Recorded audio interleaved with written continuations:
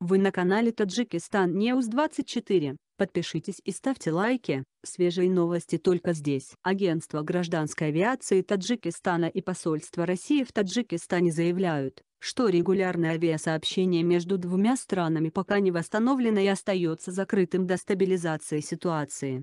Эти новости недействительны. Осуществление регулярного авиасообщения между Таджикистаном и Россией будет запущено только после стабилизации ситуации, связанной с COVID-19 и официального объявления уполномоченных государственных органов, отмечается в заявлении агентства.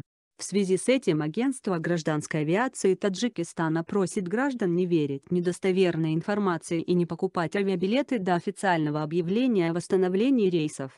Посольство России в Таджикистане также упоминает о прекращении авиасообщений из России с 27 марта и не рекомендует своим гражданам приобретать билеты на регулярные рейсы из Таджикистана в Россию.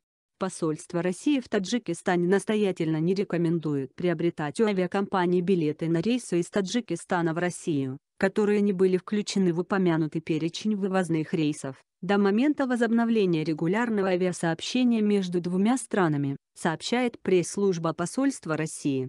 Напомним, что на сайтах российских авиакомпаний «Уральские авиалинии» и «ЮТЭЙР» появилась информация о продаже билетов на рейсы Москва-Душанбе и обратно с 30 июня.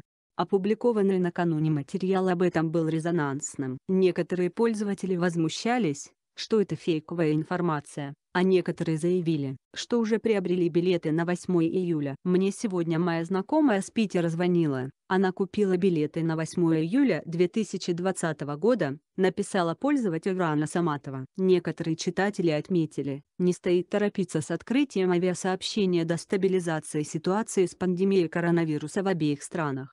Авиасообщение между Россией и Таджикистаном было прервано в конце марта. За эти месяцы были совершены лишь несколько чартерных вывозных рейсов.